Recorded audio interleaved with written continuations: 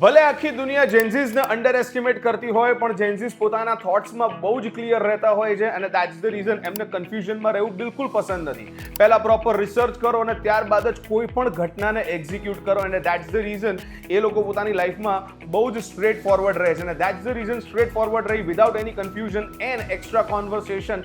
આજના વિડીયોમાં આપણે જેન્ઝીસ કઈ રીતે ઇન્વેસ્ટમેન્ટ કરી શકે છે, સેવિંગ્સ કરી શકે છે અને ઇન્સ્યોરન્સ લઈને પોતાના ક્લિયર થોટ્સ અને ક્લિયર લાઈફને આગળ વધારી શકે છે એની વાત કરવાના છે અને એ જ સમજાવવા માટે ચાલો એક વાત કહું.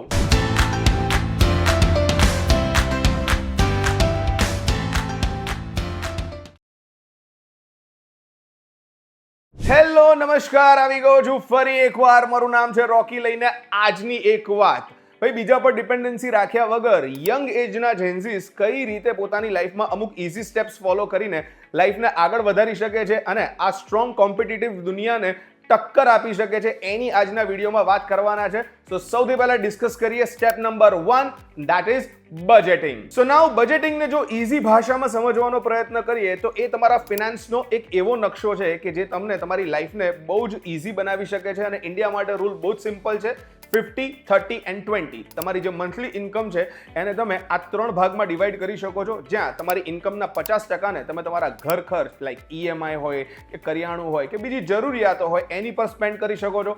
30% તમારી ઇન્કમના ભાગને તમે તમારી જાત ઉપર એટલે કે એન્ટરટેનમેન્ટ માટે ખર્ચો કરી શકો છો, જ્યાં તમે તમારું શોપિંગ કરી શકો છો, કોફી શોપ કે રેસ્ટોરન્ટમાં જઈ શકો છો કે પછી મૂવીઝ કે પછી કોન્સર્ટ પાછળ સ્પેન્ડ કરી શકો છો. એન્ડ 20% જે છેલ્લા બચે છે એને તમે ઇન્વેસ્ટ કરી શકો છો કે જેથી કરીને મંથલી ટુ મંથલી તમારું એક પ્રોપર ઇન્વેસ્ટમેન્ટ થાય. હવે જો આ વાતને સરળતાથી અને ઉદાહરણ સાથે સમજવાનો પ્રયત્ન કરીએ તો અમદાવાદ જેવા શહેરમાં એક યંગસ્ટર જેન્ઝી જો દર મહિને શરૂઆતના કરિયરના દિવસોમાં 25,000 રૂપિયા કમાય છે તો એણે ખરેખર આ ગોલ્ડન ઓપોર્ચ્યુનિટીનો લાભ લઈ જ લેવો જોઈએ અને આ અમાઉન્ટને ઇન્કમને 50%, 30% અને 20%માં ડિવાઈડ કરી દેવી જોઈએ. 50% એટલે કે 12,500 રૂપિયા એ ઘરની જરૂરિયાતો, કરિયાણું કે પછી EMIની પાછળ સ્પેન્ડ કરી શકે છે. 30% એટલે કે 7,500 એ પોતાના ગ્રૂમિંગ માટે, એન્ટરટેનમેન્ટ માટે કે પછી રેસ્ટોરન્ટ, કેફેની પાછળ સ્પેન્ડ કરી શકે છે અને 20% એટલે કે 5,000 રૂપિયા દર મહિને ઇન્વેસ્ટ કરી જ શકે છે. કરિયરના શરૂઆતના દિવસોમાં પ્રોપર રીતે આવું બજેટિંગ ન કરવાને કારણે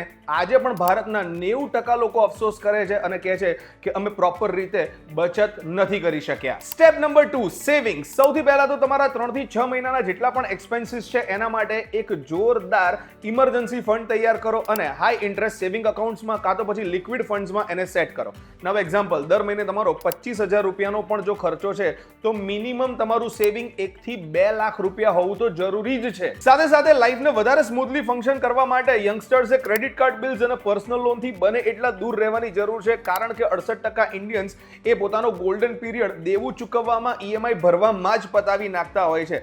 પોતાના અકાઉન્ટમાંથી ડાયરેક્ટ સેવિંગ્સમાં પૈસા કપાઈ જાય એવી ઓટોમેટિક સિસ્ટમ પણ તમે સેટ કરી શકો છો અને SBI જેવી બેંકમાં 7%ના ઇન્ટરેસ્ટ રેટ ઉપર રિકરિંગ અકાઉન્ટ પણ તમે ખોલાવી શકો છો. Step number 3, insurance. જેવી રીતે સેલિબ્રિટીઝને પ્રોટેક્ટ કરવા માટે એમની સાથે સિક્યોરિટીઝ, બોડીગાર્ડ હોય છે, એવી જ રીતે તમારી અને મારી લાઈફને સિક્યોર કરવા માટે ઇન્સ્યોરન્સનું હોવું બહુ જરૂરી છે અને દેટ્સ ધ રીઝન એમને અવોઇડ ન કરવા જોઈએ. પ્રાઇવેટ બેંકનો જો તમે હેલ્થ ઇન્સ્યોરન્સ લો છો, 5 થી 10 લાખ રૂપિયાની પોલિસી લો છો તો તમારે મેક્સ ટુ મેક્સ મહિને 500 થી 1000 રૂપિયા ભરવાનો વારો આવે છે અને જો તમે 1 કરોડ રૂપિયાનો 25 વર્ષ માટે ટર્મ લાઈફ ઇન્સ્યોરન્સ પણ લો છો તો પણ તમે મેક્સ ટુ મેક્સ 500 રૂપિયામાં એને મેનેજ કરી શકો છો અને એના બધા જ લાભ લઈ શકો છો. And last but not the least, the most important part of this video, step number 4, investment. જી હા, પહેલો ઘા રાણાનો એટલે કે જ્યારે પણ તમને ખબર પડે છે સીધો ઇન્વેસ્ટમેન્ટનો ઘા મારી દો અને જાગ્યા ત્યારથી સવાર.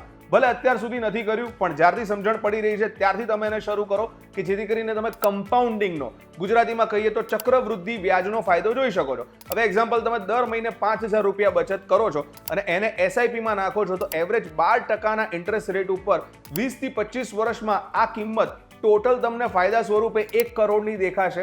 હવે જેમ જેમ તમારો એક્સપિરિયન્સ વધતો જશે એમ તમારી ઇન્કમ પણ વધતી જશે અને એમ તમારું ઇન્વેસ્ટમેન્ટ પણ વધતું જશે કે જેના લીધે લાઈફ સેટલ ન થવાના ફોમોથી તમે ડેફિનેટલી બહાર આવી જશો. Moral of the story, budgeting, insurance, savings and investment, આ 4 ઇઝી સ્ટેપ્સથી આપણે એ સમજી શક્યા કે કઈ રીતે જેન્ઝી હોય કે મિલેનિયલ્સ હોય ગમે ત્યારે બચતનો એન્ડ લાઈફ સેટ કરવાનો મંત્ર બહુ જ ઇઝીલી સેટ કરી શકે છે, એ પણ બહુ જ ઇઝી સ્ટેપ્સ ફોલો કરીને.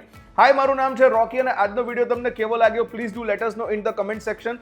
સાથે સાથે વીટીવી ડિજિટલની યુટ્યુબ ચેનલને ફોલો કરો, સબસ્ક્રાઇબ કરો અને આ વિડીયોને મેક્સિમમ લાઇક એન્ડ શેર કરી બેલ આઇકન દબાવવાનું બિલકુલ મિસ ના કરતા. અને નેક્સ્ટ વિડીયોમાં આવા જ અમેઝિંગ વિષય સાથે આપણે ફરી મળીશું.